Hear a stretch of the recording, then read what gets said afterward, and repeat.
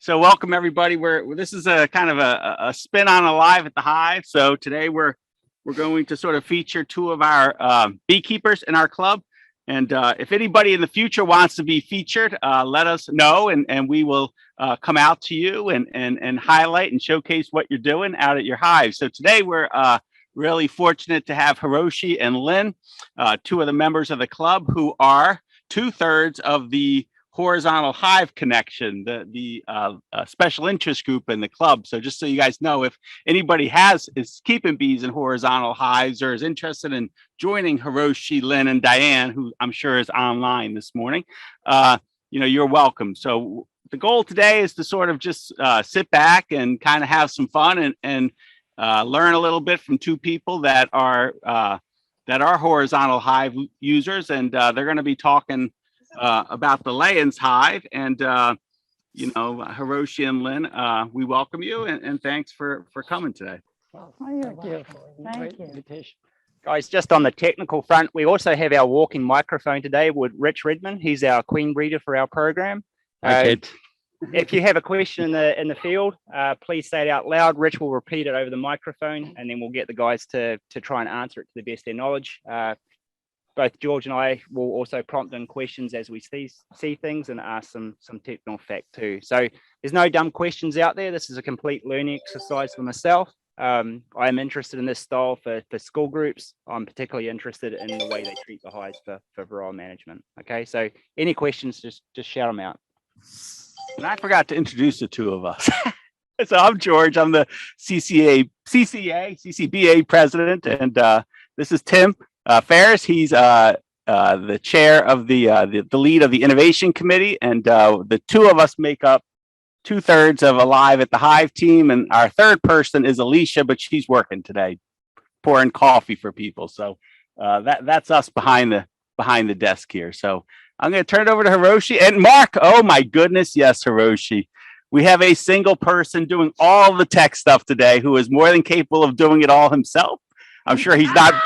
I'm sure he's not pleased about it, but running the cameras, the mics, the computer, the switcher is our guru, Mark Meters, the true guru of the club for sure. So, that's a little call out, plea. If anybody is interested in the tech side of things and likes working cameras or computers, let us know, because obviously if Mark wasn't here today, we wouldn't be doing this online. So we do need a little bit more help in those things. So I think that's all the intros, and now we're going to turn it over to the fun. Okay, why don't you introduce yourself? How long have you been keeping and so forth?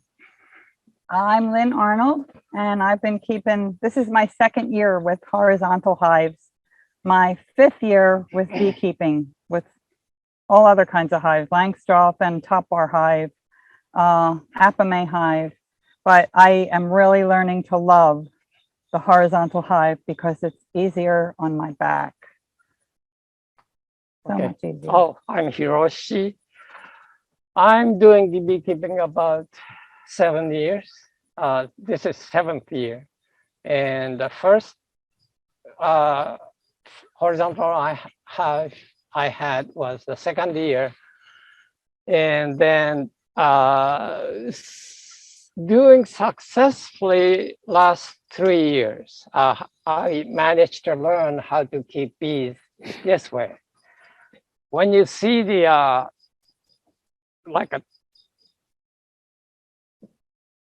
natural setting of the tea trees, or even in the house, when you have the swarm moved in, they all make nest cavities and combs in horizontal way, never stacked like this way. So that's the idea of having the bees in horizontal way. And then in America, because of the industry, money making, it's always the big boys and the big industries has to have the portable way to how to manage bees. That's why Langstroth, maybe all of you have. That's the kind of mainstream beekeeping. But in Europe or Russian, especially Eastern Europe, their hives, mostly they are horizontal way. And then I lived in Germany for 4 years, and I'm interested in how the Germans keep bees. And they are mixed. And also majorities of the beekeepers or make living from producing honey or honey related product. They are all Langstroths, and also they are more and more getting to be like a polystyrene hives. And then in German, they call it one room nest, Einraumbeute. So this is the introduction I had from German video. And then now in America, there's a guy, Leo Shreskin. He's an agroforest. He has a doctor, so we call them Dr. Leo. And he translated the 2 books on horizontal hive. And the one is a Lynn's. He's a French beekeeper. And then the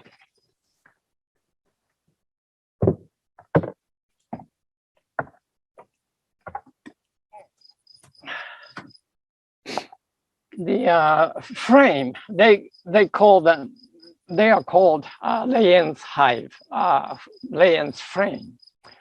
So I'm going to pass around. We're good. Okay.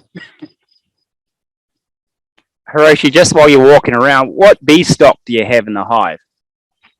Right. What bee stock do you have in the hive? Oh, okay. This is that's a very good question, because when I had the regular, so to speak, first year I had the, was introduced by the local neighbor, and he came by and brought the package, and the package came probably from Georgia. And the first 3 years I lost bees, and the 4th year I got the bees from Alex Taranovich, who is an Ukrainian guy who lives in north of Lancaster area, Lititz, I think. And then, Yeah. and his queen, probably he's coming from Saskatchewan's queen, and he sells the packages and also nooks. And I got from nook from him 4 years ago. Since then, and also I mixed with the my queens. Now it's all mixed with, like a mutt. And my friend and mentor, Rick Hoagland, who lives in Deerfield, New Jersey, and he gave me his queen. And my friend Rick has been doing beekeeping he started 2003. That's about over 17, 18 years, treatment free. He doesn't treat, and he has now about 40 to 50 hives. And then he loses probably 1 or 2 colonies a year over the winter. And he's proven to be a treatment-free beekeeping is possible. But this possibility is all local and individual, and even the stock of the bees. And then I got to know the Kirk Webster, who is a professional beekeeper in Vermont, who's keeping bees for over 20 years, treatment-free. And so I thought about how to keep bees. And after losing bees, I got the idea of how to do my own beekeeping method. And then I love to watch nature, and I'm proud bee watcher or bee harbor. People label. And then I used to be an avid bird watcher, and now I turned to be a bee watcher. So I'll show you how the things made up, and then this is the hive we got from someone who's generous, given to the club. This was a gift from someone. George cannot remember his name. Sorry about that. We thank That's a good whoever the generous ex-beekeeper is. This is a gorgeous, very professionally made, well-made lay-ins hive. The maker's name is Ronald Bressler. How heavy do you think that roof is? What? How heavy is that roof? Roof? Yeah. Roof is I made roof frame we got, but then the roof itself it won't blow off. Yeah, and then it was donated, but it was partially assembled, and so Yeah. Hiroshi did all the assembly work and frame assembly work and all the other things on it. So it was a group effort, and I do thank the person who donated, though I can't remember their name. So that Get back on that. We'll post that out when the link goes out on the records in the library.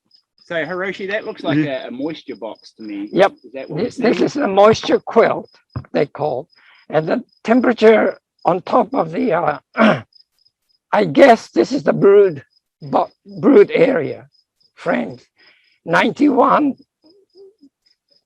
degree. And then this is the cedar chips I use. And also underneath in wintertime, this is also cedar chips. And then Does that meter you have, does that have a moisture probe on it too, or is it just temperature? this is more of an my concept, my own concept. I learned from the Rick to use cedar.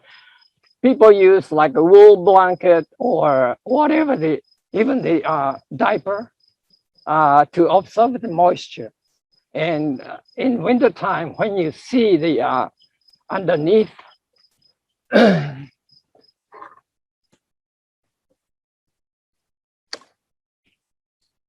by the way, this is not usual way of keeping the bees horizontal way, because I've never seen anybody else doing this way.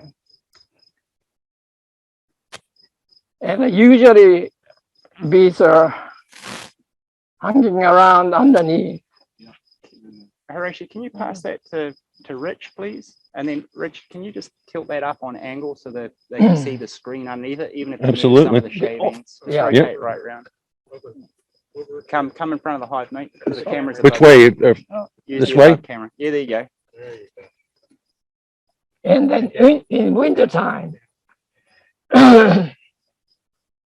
bees are sucking moisture from the cedar. And this cedar is one of the aromatics I use. Essential oil is the cedar, turpentine, conifer, and then they produce the So the potpourri that you put in the top of the hive, do you get any transfer going into your honey? yes, it does. Like the honeydew hive. Honey, and then this is one of the secret of or benefit of having the cedar in the hive. And this is the follower board. And I often wondered, what are they doing? they're not doing nothing, right? But they're doing something, I think, either Square processing, dance, perhaps. processing something. Communicating, maybe? So Mark, if we're looking down from camera number 3, looking in the hive, with this is basically the box is now pretty much filled with other frames. Hiroshi, what's the purpose of the following board? Following board is follower board. You are from somewhere else, so we call follower board, but the following board is, I understand. This is the partition if the room is too much, and also since the length or the horizontal hive frame is natural and they don't have foundation. If they don't have the next to the space, bee space, they make combs like twisted or whatever they want to do. So this is one of the prevention of the comb building. Also prevention or the to make the bee space or the room whatever you want. At the very beginning of the season will be smaller population. So follower board goes up to the where the nest is. And, and now this is They're a really good thing to experiment with, honestly, you know, especially if you're starting a smaller hive in a bigger box. The bees really like to be sort of in the right size room. And if you want, if your hive's bigger, if your colony's smaller, your box is too big, and you limit the size down, you'll see the queen start to all of a sudden pick up laying. So it's a good thing to experiment with in your own hives. So George, when you say that transition goes through from all forms of equipment, just not horizontal hives, it goes through from nukes right the way up. So, yeah, it's a common mistake that at least beginners and intermediate beekeepers make. That they have way too much space on their hives, and that's what I particularly like about lay-ins and other horizontal hives. You could use that dummy board or follower board to make the space just right. And 2 weeks later, you can come back and with your inspection, and you can make that space a little bit bigger, or in the winter, you can decrease that space. So it really allows you really nice flexibility with giving the space, making the right space for the bees. And you'll see your bees become more productive because of it, for sure. And this is the honey frame. Does that have a solid or a screen bottom, Hiroshi? Just quick Screen question. bottom. A screen bottom on the Yep, bottom of it. yep. Okay. And then usually the entrance is here. Close to the entrance, they make the brood. And then away from the entrance, they build the honey. That's the same as what I find with doing cutouts in the wild too, Hiroshi. Yep, yep. I see some hive beetles walking around the edge of the frame there. I hardly see hive beetles. So Hiroshi, I'll wait until you pull the next frame to ask the. Yeah, I can talk while I work. Those This is heavy. Anyone? those frames up top. Did you use a wood starter strip, a plastic starter strip? You know, how did you get them to start building the frame, the comb on those hives? Ah, there you go. This is the I missed that. yeah. This is the starter. Can be strip or can be wood or a popsicle stick, but to let them, helpful, the whole sheet would probably in flow, good flow, they probably build in 2 days. Whole. Is that wax or plastic? I can't. Wax. It smells so good. Oh, it's wax. Yeah. It's like manuka wax. That's real nice. This is from Europe, Spanish. There you go. Yep. So guys, when you're looking at the wax, in different colors throughout the world, you can get different foundation levels depending to try and match the color of the honey that comes in. So when you're doing comb honey, which is equivalent of this hive setup, you try and get it to pair what's naturally coming in. This is another honey frame. Beautiful. It's very heavy. How many you- pounds do you Not think? heavy. What do you reckon, Rich? How heavy? 6 pound, maybe 5. Good weight to it. So how much have you harvested from this hive this year, Hiroshi? I don't. You don't.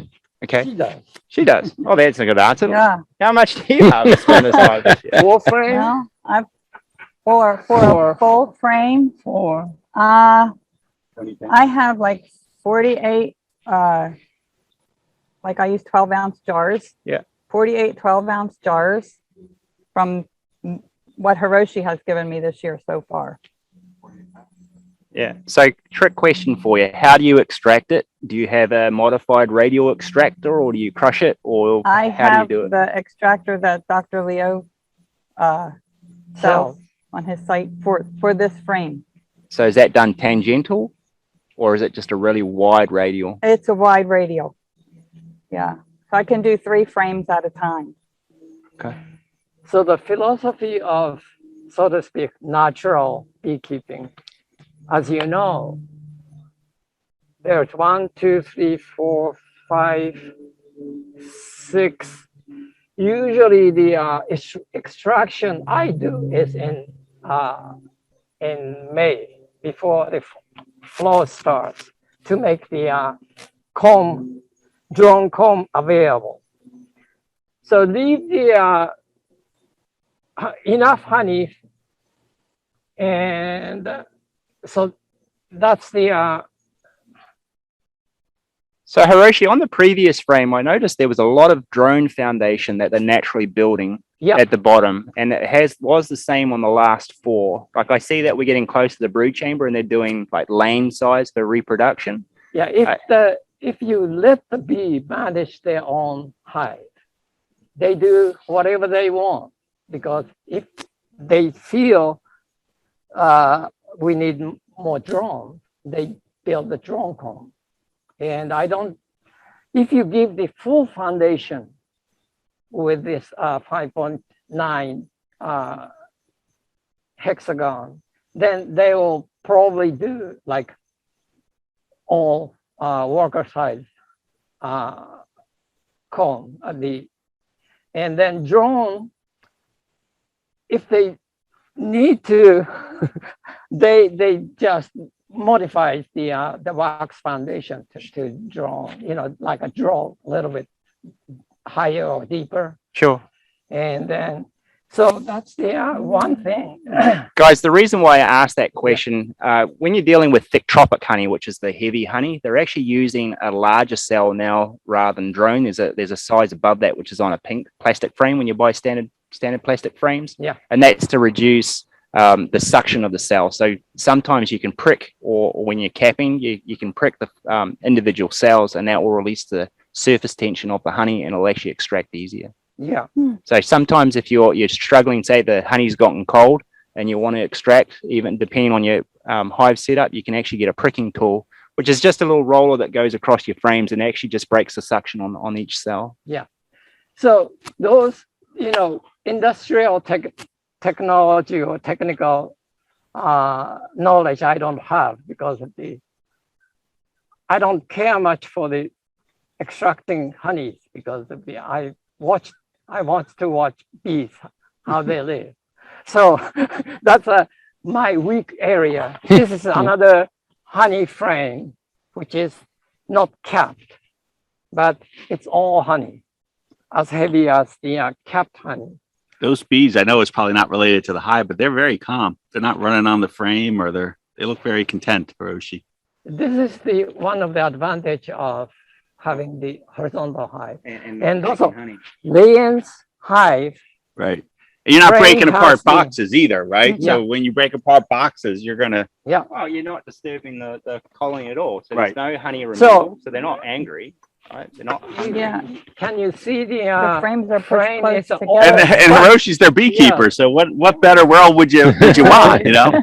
So the but together, so there is a very little disturbance those bees, they probably don't know what's going on this side. So now I'm gonna take this off. So guys, I'm also noticing no smoke is used yet. So I do actually have George sitting between me and the bees. If anything goes wrong, you'll just see me put a jacket on. So there's no hive beetles. They usually, if you have the hive beetles, they usually hang under because bees corral them up somewhere, the corners or up on the. How are the bees getting above the frames? There's a space Oh, here. there's a space. Okay. Because of you have to have space. Otherwise, Because your frames are all pushed together, right? so there are, little air flows. But Okay. then, That you create, that you just keep. yeah, whenever when I see the bees are fanning at the very entrance, you see my entrance, the way I treat bees. I don't open up. And then if the bees goes like together, phoretic might drop off. That's my idea. And I even made an entrance with nails, kind of nails, so that the bee has to manage through the narrow entrance, so the rub off the burrower. So as we're still talking ventilation, I see, are these ventilation ports at this end? On the side of the box or end of the box? Down on the, Oh, this On is the the two sides. 2x4. Oh no. Oh, 2x8 lumber. Yeah. So the wall is this thick. I hear you. So what about And the when I make my own, I make double wall with the polystyrene? styrene insulation. Yeah. So guys, there's actually that's the Warsaw version where they double insulate it for living up in the middle of God knows where. Yeah. Yeah. And then this is another insulation idea of the colder the box is, the bee has to work harder to make the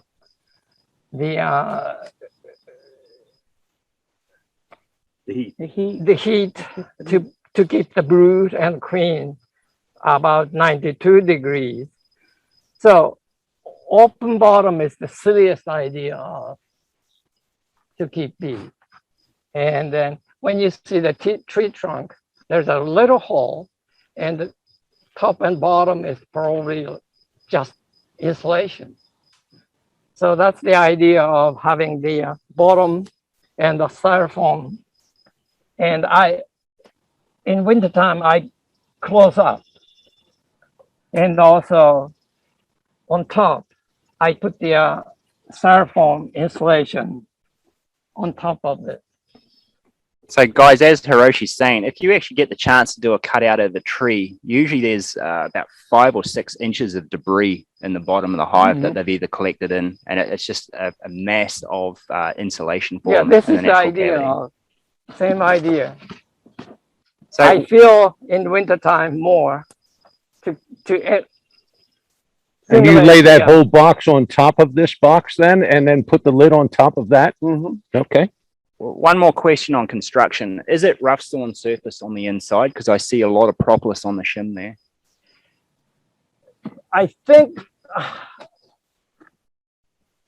this is a finished lumber. I think it's not rough sawn. Not rough sawn. Okay. Yeah, I don't remember well, but yeah, when I make the my hive, I use the rough sawn side inside, and then outside is smooth to paint. So basically the only area where they can come up is along this first frame or anywhere that you decide to spread the frames apart. Yeah, Yeah. well, basically, Mhm. but this is the brood frame. Rich, can you? Yeah, absolutely. Perfect. And I know some people will make the bottom of their horizontal hive deeper. So I don't know what the space is below the frames. I assume it's close to bee space. About It's 3 inches on this one. 2 inches. 2 inches. And then the screen Mhm. and underneath also that space. And some people make it a little deeper and will actually put that stuff that you have below the hive in the floor of the hive Yeah, there are many ways to do it. Yeah. Lynn, I see you with a pair of tweezers over there. I'm finding little hive beetles. Hive beetles. Is Is that your standard method of extraction for hive beetles, or do you? No, I'm serious question. With this design of hive, like there's enough shimming space there to put on a beetle blaster trap or something like that. Do you do anything like that? I do have, at the bottom of my hives, I have the Swiffer cloths and those little black things that the bees chase them into and then seal them up with propolis. I have them at the bottom of the hives. But usually the bees will chase them up. So is your method need changing, I'll or put you some just think Swiffers that? on top too, but mine are usually so close together Want this that I one don't back have in bees on the top like this. What do you mean close together? All my frames are close together. They're so tightly close together Yeah. that the bees don't get up through the Not top yet. of the frame. I didn't find Okay. it. So I'm can hold thinking I those may want to larger leave some space so they can chase the hive beetles up into the Swiffer cloths. Rich, you see anything interesting on that screen? What do you see? Like, you've never been in one of these Land's hives I have before? not. Queen, there she is. There You she got the queen. goes, and she is marked. And is she dark? She is dark. Guys, the reason why I asked the question Yeah, of dark is Kirk Webster's hygienic stock. They're usually a very dark bee. Their population. No, it's Oh, she's quite yeah. She's not black. So Kirk's are almost jet black when you see his bees. Yeah, this is a darker brown. This queen, named after honor of the Terra de Boer, Fred. Well, Frederica the von Wawa. lady's name. Frederica Frederica? von Wawa. Frederica But this is Wanwawa. Yeah. The second, right? Yeah, this is this The daughter. queen is superseded. My original queen I put Oh, no. is my overwintered queen, which was like Saskatchewan's mutt.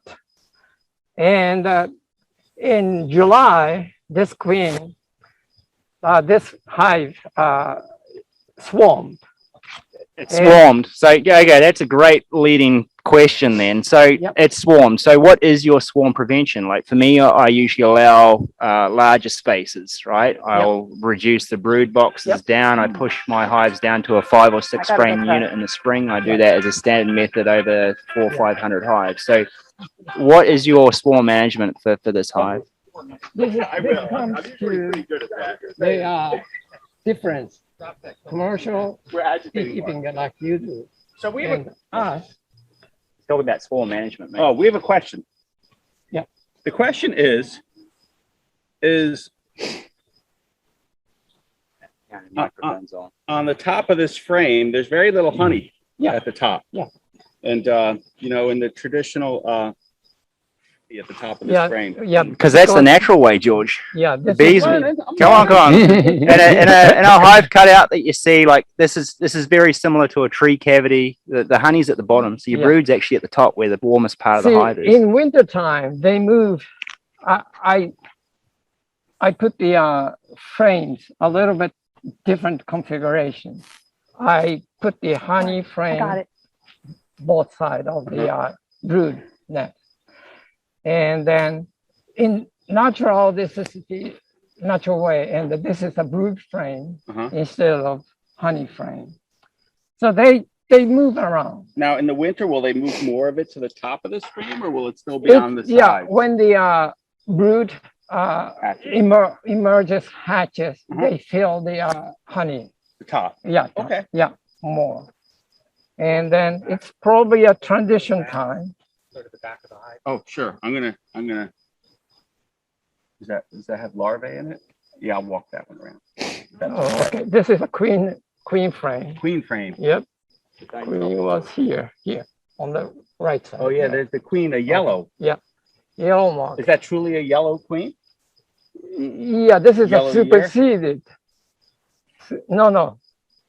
From this year. From this year. We found, Lynn and I found 2 superseded queens, This year. unmated in July. So I put the 1 dot on the 1 queen, one other one I didn't mark. So fortunately, the marked queen won the battle. So she's there. Now the queen is out.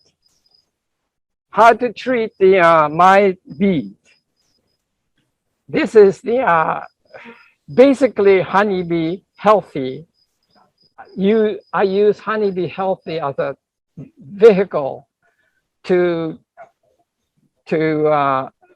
and also honeybee healthy has the essential oil, and I put the plus honeybee healthy and wintergreen, and then few more essential oil.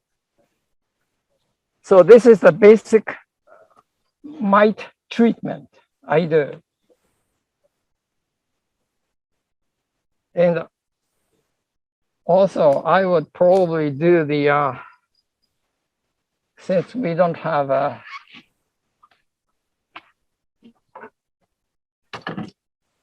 Hiroshi, do you spray every frame or do you spray just the brood? depends.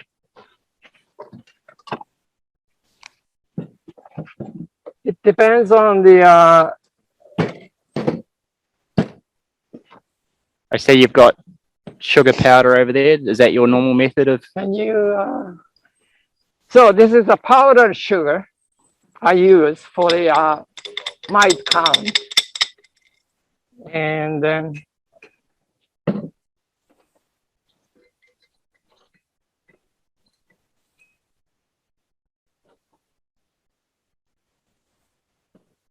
I cannot stand the killing bees. Even the inspection. So far, I don't think I killed any bees. Western. I just got hit On your stomach. on my finger. Oh, Hmm. We have our first casualty. Yeah. Did I mention my anaphylaxis? No.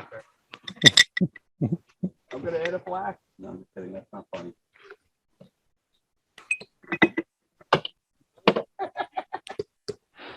No humor in that. Not We for, gotta do that though, Tim. Why don't we arrange that show? George? Yeah. I'm moving. I'm going back. you want to record someone going into anaphylactic shock. Yes.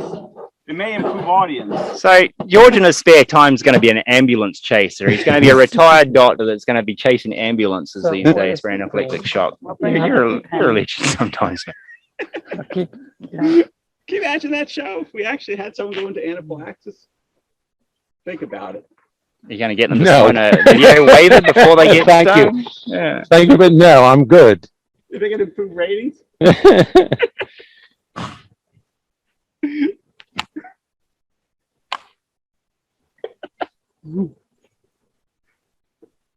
No, truly, that's some scary stuff. If you've ever seen anyone in anaphylaxis, it's scary. You Oh, know, it's their bad. if you ever seen anyone in air hunger, it's like they know they can't breathe and they know their throat's closing up, and it's quite the scary thing. You know. So lucky enough, more people actually have problems with wasps than they do with honeybees. so I when they have go into about shock. half a cup of bees, or half a cup probably plus bees in the powdered sugar.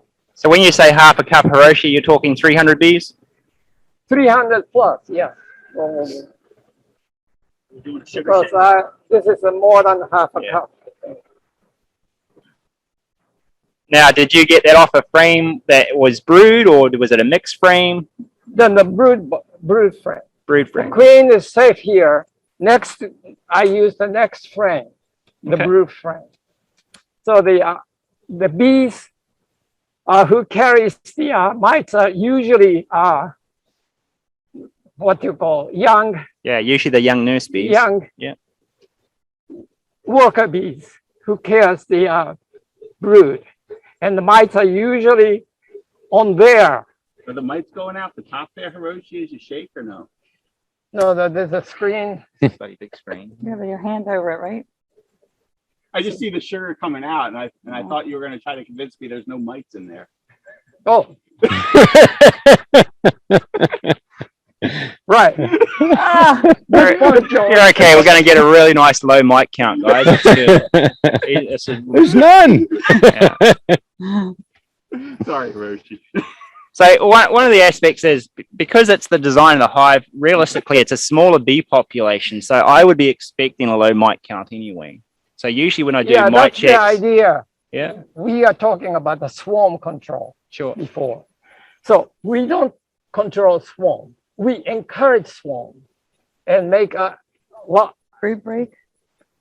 great many queen cells and swarm cells.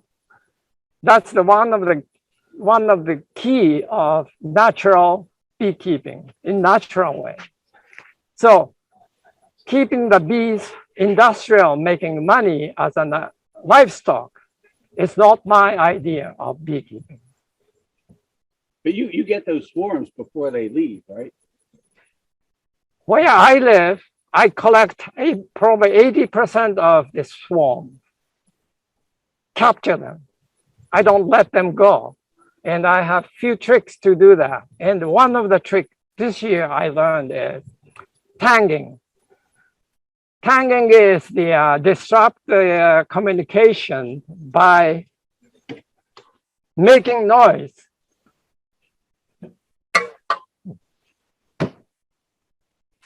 Is there any? That's closer to In piping. Europe, I have a triangle. usually there's a kitchen utensils, pans and forks and knives, and they Just bang them together. hang them together to make the noise.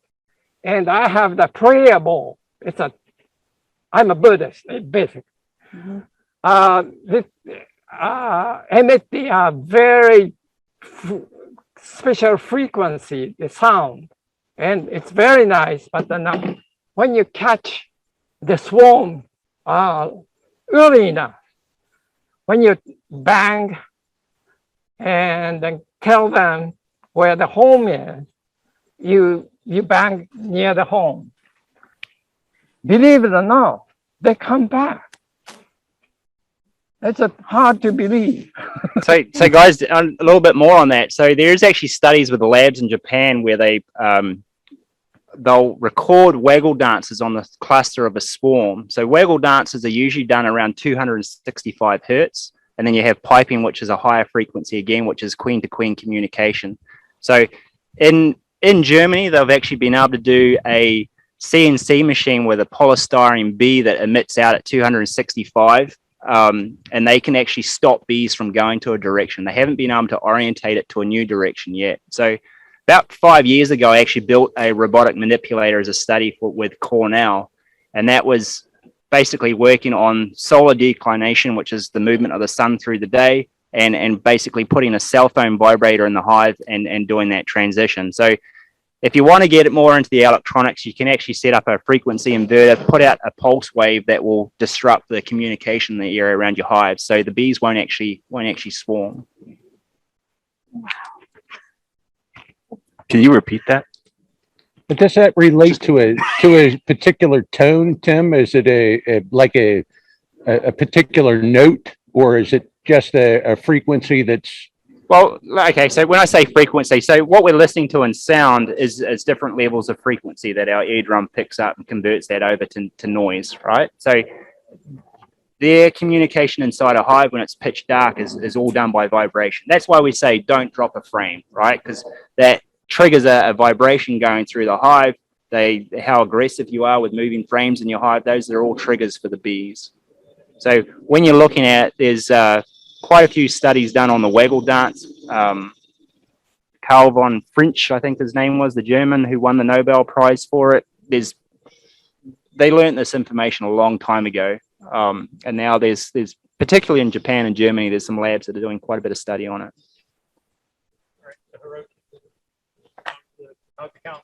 Yep. I counted 10. 10 mites. So if you do simple math, we're looking at around 3%. Yeah. So this is usual. And then sometimes more, sometimes less. And then depends on the mite count. Here what I do. Especially for the brood frame. Here. Yep. I'm conscious where the queen is. I don't spray on queen, this essential oil. And then here's the queen. I spray the worker bees with this oil. And this is a 1-to-1 sugar syrup. And why I use the honeybee healthy is oil and the water doesn't mix. So you need some kind of emulsifier, right? So for the emulsion,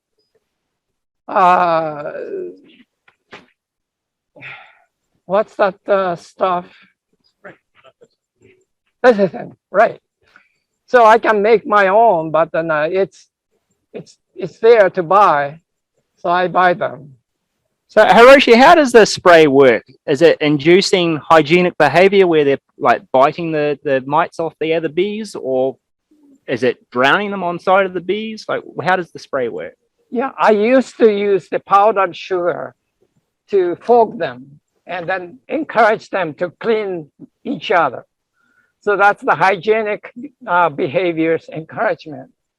But I found that by the way, the term I use is phytoncide. Phytoncide is the Russian biologist discovered that in the natural forest, in Japan, there's a forest bathing, they call it.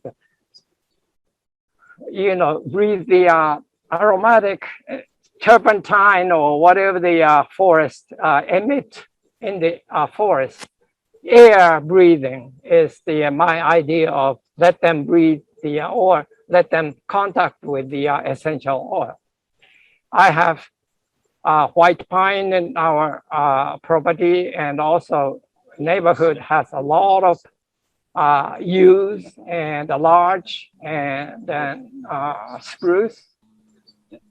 Also, I found the plant is very important, especially like a basil, or I have my own yard. It's a shiso. Shiso is the plant which is like, oh, when you go to the Japanese restaurant, the sushi is served on top of this big leaf. It's called shiso or oba, which is essentially antimicrobial property. So that's the idea of also the, tea tree oil is also very good. And then, have you ever tried feeding a sushi sheet to your bees directly? Like I feed like spirulina, for example. Yeah, 2 years ago, I had the idea of extracting this juice from the shiso leaf. And I made a shiso tea and mixed with the, or when I make the syrup, I mix with the shiso extraction.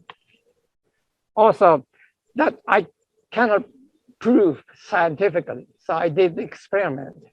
If I can see any, we could get your secret formula analyzed, and it'll tell you everything that's in the bottle, mate. yeah.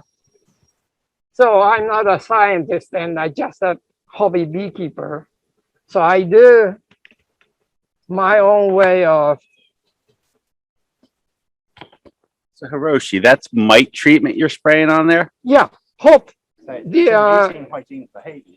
No, I get it. I'm just clarifying. But is that your only form of treatment? Because you said you no longer use the powdered sugar. no, I think this is superior in many sense. This is hygienic, encourage the hygienic behavior, and also essential oils. I think it's very important for the where the purpose. You stick some formic acid or oxalic acid in that mix or no? No.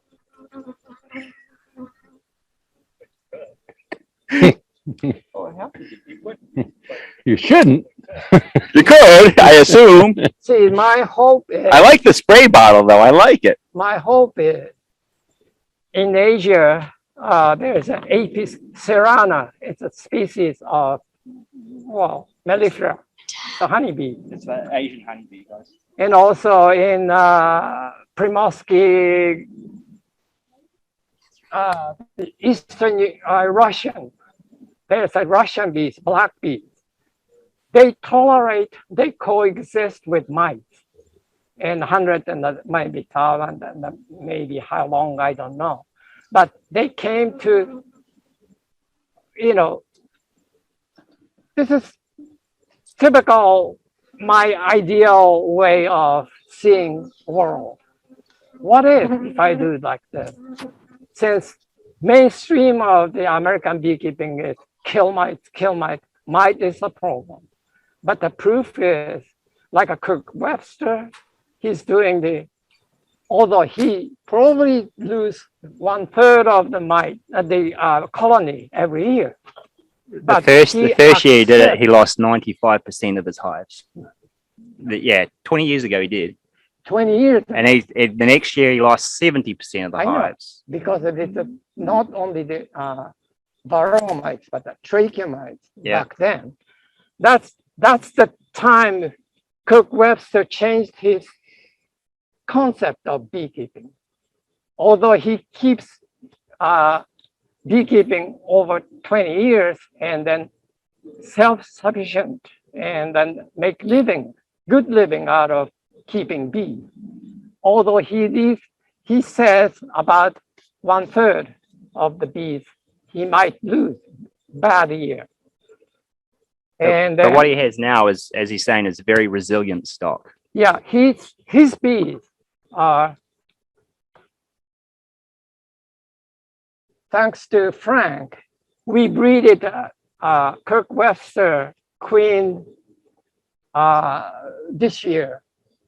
It's maintained. It's mite Remember? count really low. Yes. So I've been following that colony's mite counts, and it's been less than 1% all season without any treatment. So it seems like we have something that at least has been able to manage to keep its mite count low. So Hiroshi, do you use that spray like every time you inspect sort of, or just when the mite count's high?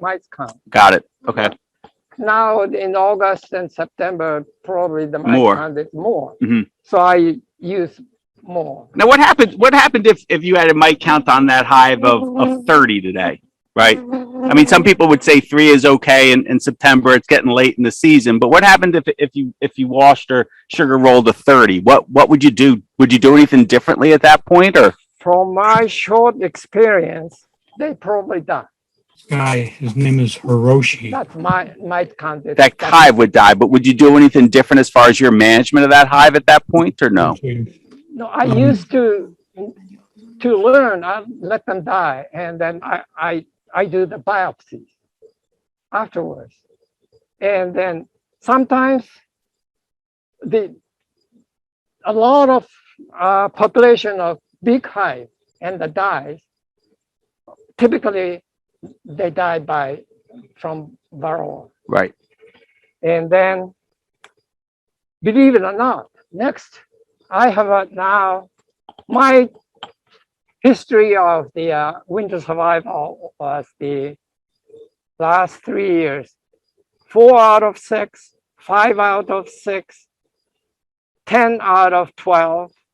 That is my, I don't lose much of colonies.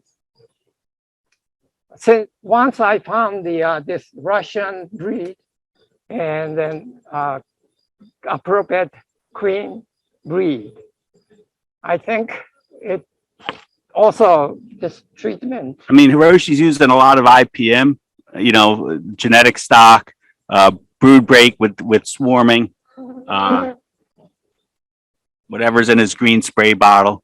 So, you know, you kind of add those things up and Its own integrated pest management. right, it's its own IPM, you know, so it's not like it's planned for, you know, there's an intentional plan that goes behind this, you know, and, you know, I think there's and I know Hiroshi well, so I know whatever Hiroshi does has a lot of thought to it, and it goes beyond just watching a YouTube video and the flavor of the day of what's going on. So he's definitely put some thought into how he's choosing to manage his bees for sure. Not that I 100% agree, but that's okay. Yeah. We're getting we can get along. So just changing the flavor a little bit of that conversation. So the Russian stock for me traditionally are quite aggressive. Is that because I'm taking so much honey from them that's making them aggressive, Hiroshi, in your opinion? Yeah, I hear and I read about Russian, and that they also their behavior or their natural way of keeping is they usually have ready for the swarm. Usually they have always a queen ready. But thanks to Lynn, this year I got the pure Russian queen and I'm watching them. But I don't know what the book says, where they came from, that kind of analysis. But I don't see that kind of behavior. So guys, just to give you an idea, Russian stock usually runs a smaller colony. They don't overwinter in a large colony. Usually they're quite defensive, not necessarily aggressive. They keep that small colony, so they swarm early. So for hive management, if depending on the style that you're doing, you want to give them plenty of space above the queen to lay. It's interesting in this style that Hiroshi's using Russians. Like he's using mix, and he's also saying they're mutts now too. But different stocks do different things. So did you have a Russian bee? I have, and I've had some of the Kirk Webster bees as well that Frank's bred for me. Yeah. Mm-hmm. But I mainly do open mated. I've played around with Daryl Barkhouse this year doing the artificial insemination. So we've got a few queens from that we're trialing at one of my yards. Yeah, those bees have, you know, Hiroshi's worked all the way through their nest, and they remain pretty calm for. They're very calm. That's Yeah, how they're my very calm. hives are too, the horizontal hives in my they're very yard. calm. So Lynn, I haven't really been watching too directly. Has Hiroshi moved the brood chamber sideways, or all the frames going back in directly the same order? Yeah, they'll go back in the same order. He marked with a pencil on one side to make sure the orientation is exactly the same when he puts them back. Is there any time period that you do a brood disruption? Like if you're trying to do a brood break, or you're trying to keep that cluster tight all the time? Brood break? Yeah, like say you want to induce swarming, or you want to create queen cells No, or anything like that. I don't personally, but then I just let them manage themselves. So Do you try to keep 2 empty frames ahead of them, Hiroshi, or Yep. 1, 2? 1 or 2 depends on the 2. season. Okay. How would you? That's a pretty neat trick. That's a pretty neat trick of marking one of the sides of the frame. So when you put them in, you put them back in the same way. So you're not rotating them 90 degrees. I guess you just got a Sharpie marker on it, right? On Not 180, always, yeah, though. 180. What? I used to be sharp, but nowadays, turn around. Also, you have to have the, when you have the one side is already developed and the other side is kind of starting, Right. you have to Flip 'em. turn. How would you do it on a plastic frame if you were a plastic frame user? How could I mark the top of my frames if I wanted to do something similar? Well, you can use the probably green marker, you know, and also, And just put a dot or a line on it? yeah. I heard maybe a piece of tape. This Neat. is my Thanks. I'm own- looking for my own suggestions today. So awesome. This is my own horizontal hive frame. You can familiar with the long straw. Explain that a little bit more, mate. Why is it a different size and shape? This is the size of the deep frame of the long straw. Right. This is made. I'm made myself, but I'm not. You can use commercial long straw frame without foundation or with the plastic foundation. Turn sideways and I keep my long straw, since you all have long straw equipment already. So this is a pain in the neck because you have to buy an extra big extractor. So that's why I let her have my honey and that we exchange honey frame to the empty honey frame. I get the empty one and she extracts. So we team up with build up the frames and So you've modified a Langstroth frame into something that will fit into a horizontal hive. Right. So that means that your hive is narrower than this particular hive is. Yeah. So how when do I you use this, I make my own dimension. So you've shimmed the box out. You put a piece of wood in the box to make the box narrower, or is it? No. he has a narrower hive. Narrower height. I make, At your place, there's a make narrow height. Right. Okay. And this is the idea of you don't have to buy lay-ins frame in order to do the horizontal hive management. So I call this as a geriatric hive because I'm 76 and I want to keep bees like up to 90, maybe even more, the moral expression. Yeah.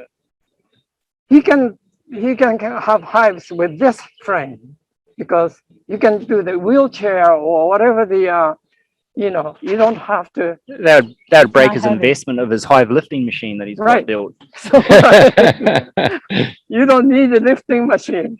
So you just, do like this. Why would you not just use a long Langstroth hive Yes, I do. sideways? Yeah. versus vertical? What's the advantage? Good question. Why wouldn't you use a Langstroth hive? I know. That's Hiroshi. It's so the people online can hear. Mate. Oh, okay. Go, Rich. Repeat it, please. Would you place two Langstroth hives against one another to make a Horizontal versus vertical, right? A long long Langstroth hive. Langstroth. right? Yeah, advantage. Yeah, One side always think of vertical. I came also after I made this one because it's in emergency. When the bees make comb, they have the angle, 15-degree angle to not the honey to flow out. So when you turn, angle changes. So you have to, when you use this as a horizontal way, you have to scrape off and let them make the comb new. So Hiroshi, I think the technical question was, if it's the same size frame, it'll be the same weight, right? So how is it saving your back if it's exactly the same weight? Well, you don't stack the So you're not lifting the boxes off lifting above. up. Perfect answer. Yeah, Thank and you. also I have the long straw frame with it sideways, like this way. Okay. But the benefit of this having the deep, this is a deep, extra deep frame. So depth matters in winter time. When the bees goes up and up and up and up, the honey, when the honey is up here deeper, rather than this deep, this may be this deep. They don't move sideways. Right. We'll have more food So moving. I think the deeper the frame is beneficial for the bee. And I have both ways. I have the long one, and I lost the long straws more than the deep. So that's it. So you like your horizontal, the frames to be more horizontal, like the Langstroth frames rather than the horizontal, vertical frame like this? You have both I types? prefer this, You prefer this this way, one? yeah. I see. Very good. but you have to make, or anyway, Sure. you have to make the box. I say, what about overwintering then, Hiroshi? How would you overwinter this hive? Going Yeah, back, are you adding I additional feed? overwinter. Like how much weight are you expecting that hive to get for feed stores, or have you got enough already? They have their 6 frames of honey with regular, The crowns on each the one? crowns on the each. This is also pretty heavy as an Honey on top.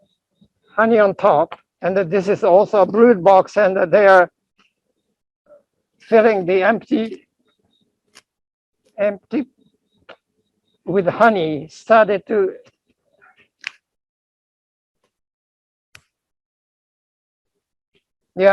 with pollen and the honey. Okay, next question. Apart from the essential oils and the honeybee healthy, which is a supplement form, is there any other thing that you're putting into the hive? Like nutritional level?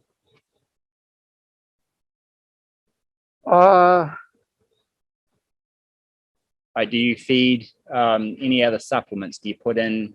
Yeah, Diane gave me the what do you call the green stuff? The powder to mix with sugar syrup? Spirulina? Spirulina? Spirulina. Yeah. I dissolved into this syrup. They are the green, the good for you spirulina. I take tablets. Mhm. I tried also. I use the in winter feeding. Oh, by the way, I don't feed any. I haven't used any fondant or sugar feeding through the winter. So I let them have their honey and no extra artificial feeding.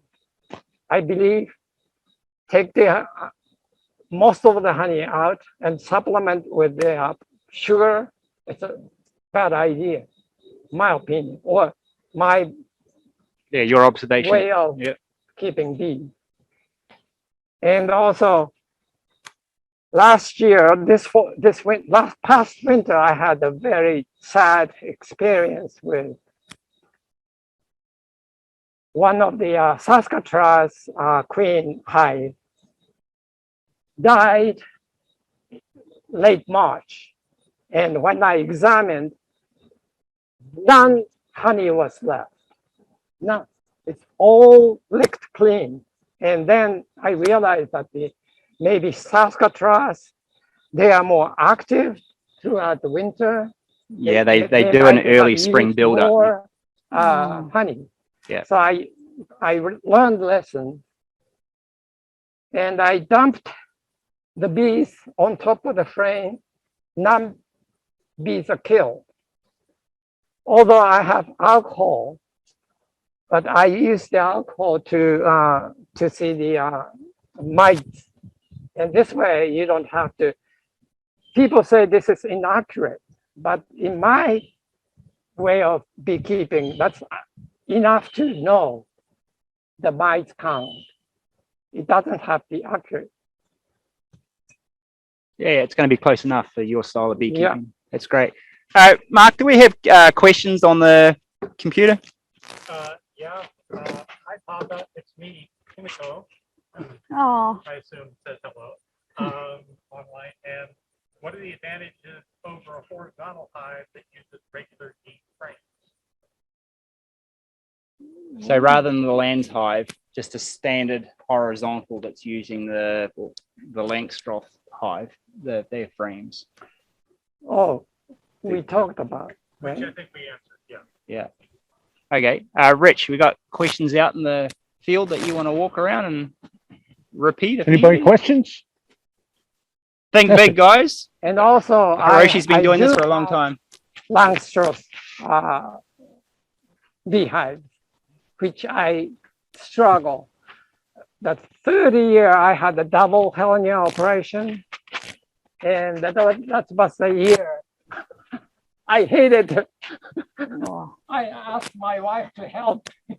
It was very hard.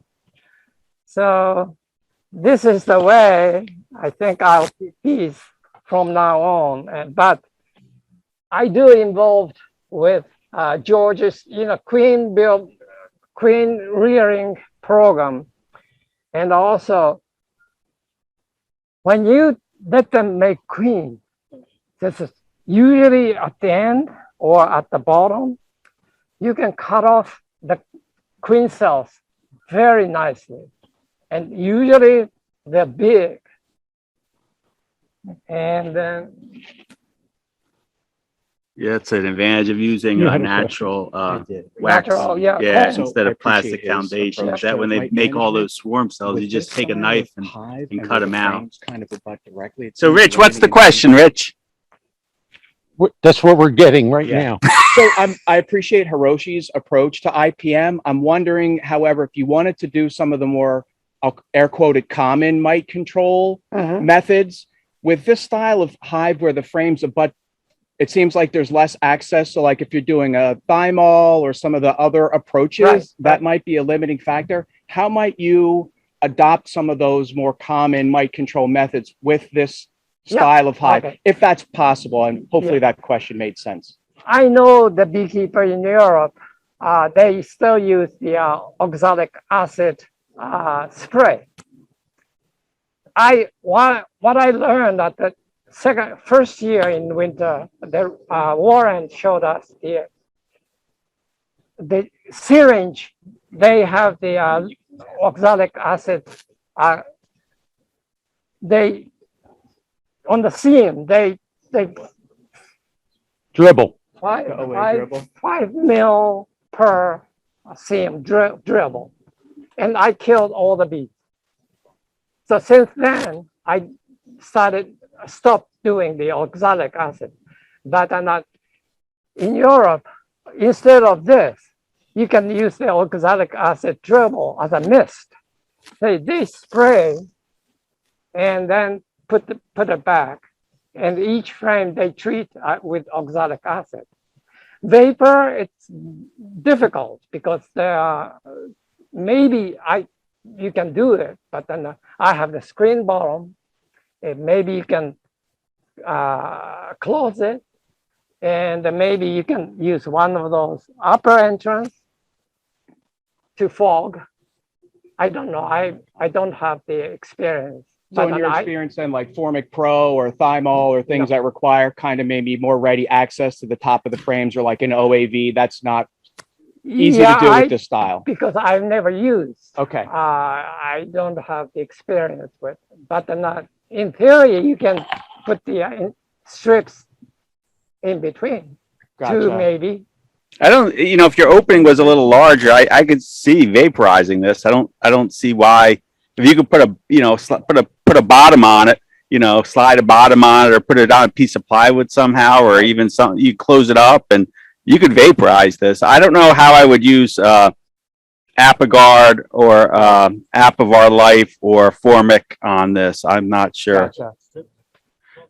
Apivar you could use. Yeah, you could clearly use Apivar on this. So you could vaporize this, but Yeah, It's got a painted spring, so Fogger would work. but to use the Formic and the Thymol products, I'm not sure. Gotcha. I don't know if anybody online has a thought or anybody else here has a thought on that. Yeah. But idea is, One method you could use is to pull a frame out and spread the frames out a little more while you're doing the Formic. Okay. You know, and that way you've got bee space and they can go up. Right, Now, you're and gonna enough clean up a little ventilation. bit because you're going to do some foundation.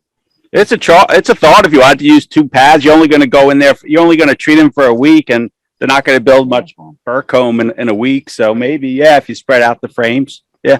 I think that's one of the advantages of the long lang. You know, appreciate the depth and the advantage in overwintering, but with the long lang and being able to access that space above the frames, I think it allows for some of the more common methods that we just talked about to be applied. I guess you could always sort of adopt that sort of approach to the top bars with a deeper frame if you wanted to get kind of custom in terms of how you built your frames to kind of combine the best of both worlds. But yeah, thank you. Appreciate that. Yeah, I think spacing them out for a week or 10 days ain't gonna do much harm in that. Right. I guess And then maybe put a little shim at the top or build something at the top to give a little bit more space at the top for the. If you had the room based on kind of where your colony was, Mhm. you know, some lay-in hives I've seen so big kind of there's not the room to kind of spread the frames out because, you know, it's kind of full occupancy sort of thing. So Yeah, that spray interests me. You know, obviously it's more IPM than but again, anything, but who the knows? idea of as natural as possible is don't poison them. So I think that those strips or whatever they are insecticide. Mite is insect. So why poison them? And if they can tolerate, like If you just keep spraying, the mite will give up, I think. Enough! I'll go somewhere else. Please stop spraying me. so this is the end frame, and this is almost wow, yeah, full honey. yeah. So both sides are, Yeah, both both ends sides. of the hive Yep. end up being honey. We're going to go for what, another 10 minutes? Yeah, I'm done almost. Yeah, questions. You know, if anybody has questions, and So don't leave now early today. I'm just letting you know. Just I hang in just, for the end. put them There's a together, special treat. back. Well, not for the Zoom people. Sorry. We'll send a picture. Yeah.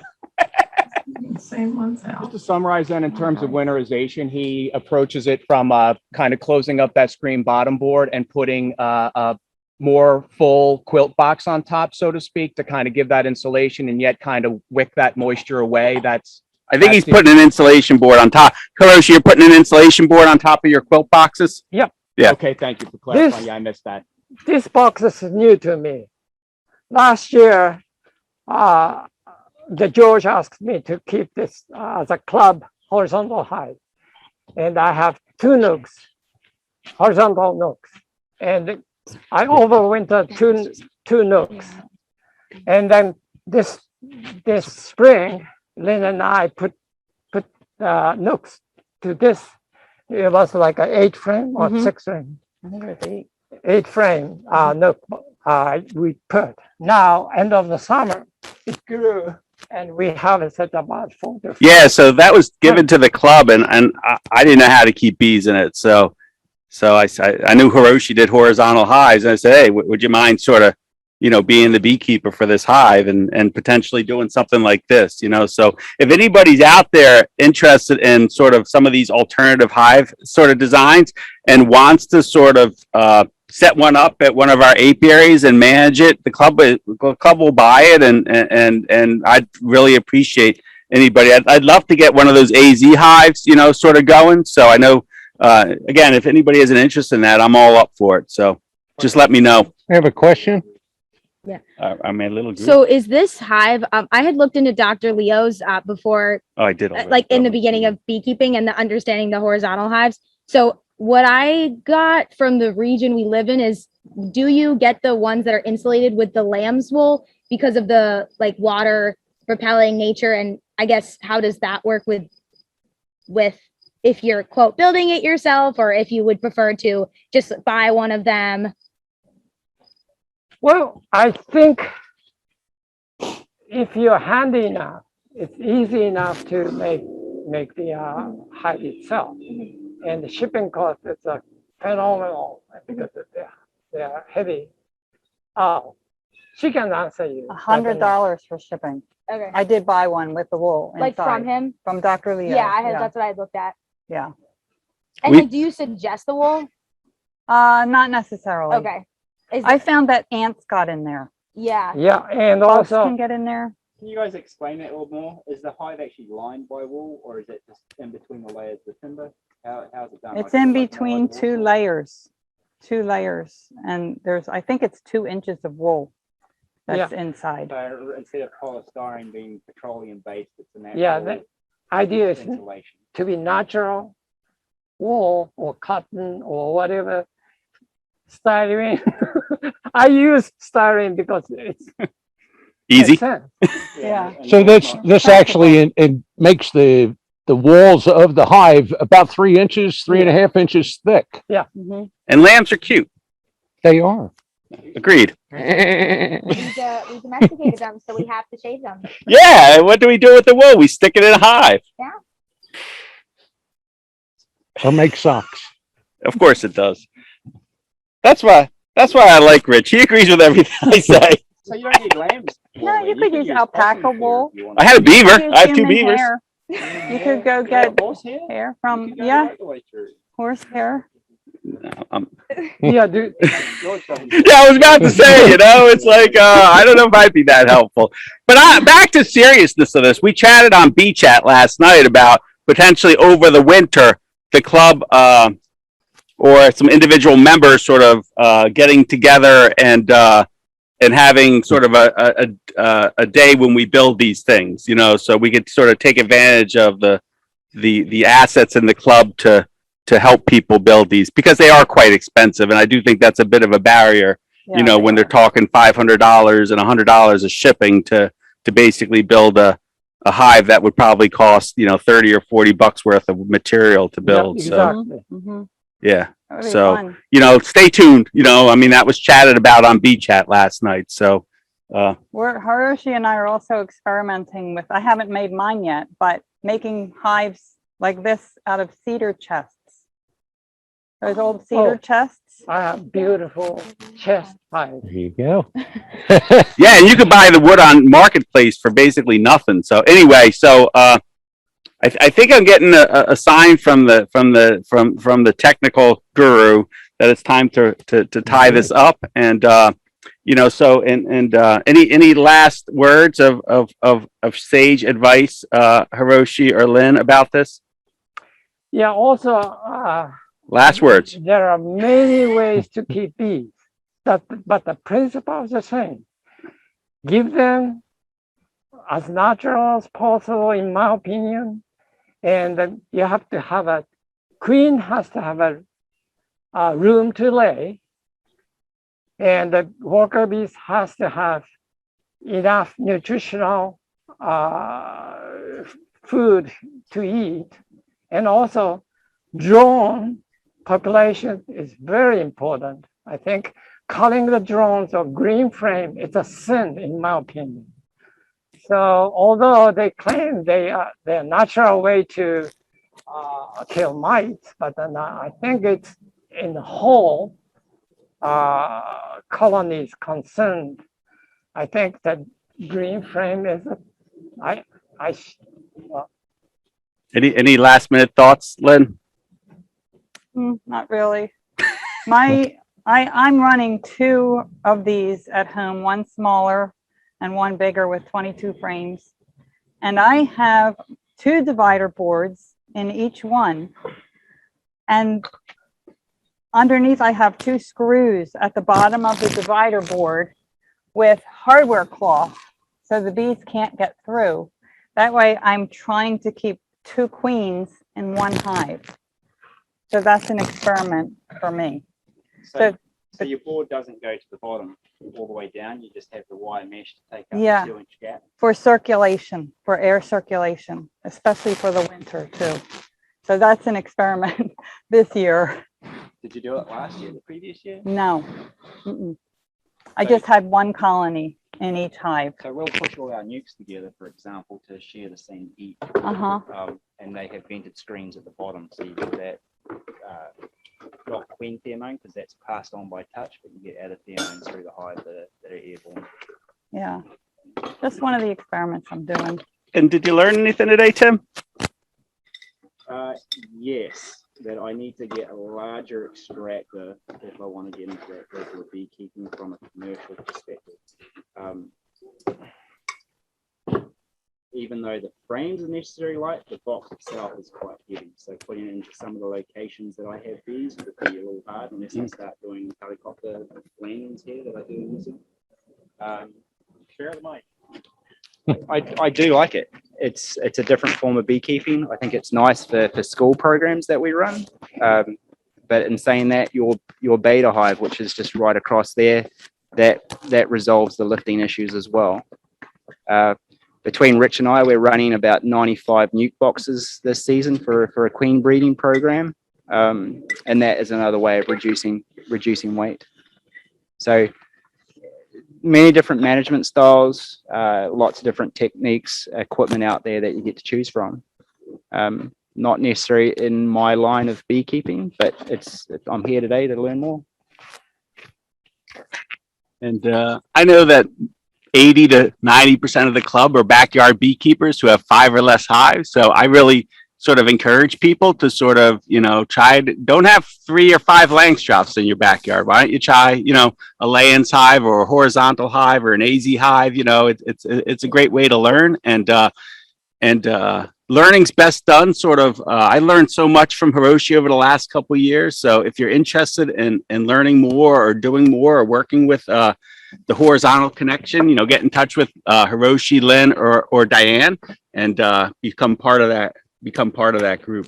So There's one more. anyway, thanks everybody for coming in on Zoom and coming in here in person, and that's all I got. Just before we sign off, I'm doing a little plug. Today I actually brought some honey ice cream. So we actually do a lot with different honey products. So by my legs here, I've got a cooler for anyone that wants. And I think I have 30 cups and 30 spoons, so you don't have to shovel it into your mouth with your fingers. Something we're working on. So my extended family owns Chester Springs Creamery. We come up with about 15 new flavors a year. With the honey, we're doing macadamia nut and honey. This is a box of our first trial. We're into our 3rd one, so we usually leave it in the freezer for a couple of months to look at shelf life and how it keeps with flavor changes after it's frozen. So with honey, with backyard beekeeping, you don't actually need a lot of honey to go around to do different things. So we're doing things from like lip balms to honey chocolates with Neuchatel down in Oxford. We've got different restaurants using the product, cafes. Half of the fun with beekeeping is not necessarily in the hive. It's playing around with your byproducts and what you can make with it at the end of the day. So we're hopefully going to have honey competitions coming up with the club soon, and we're going to look at meat again going into the fall and doing some more trials. So if anyone wants to hang around, we'll get the ice cream out and have a taste. Thanks for joining online. Sorry you can't taste the ice cream.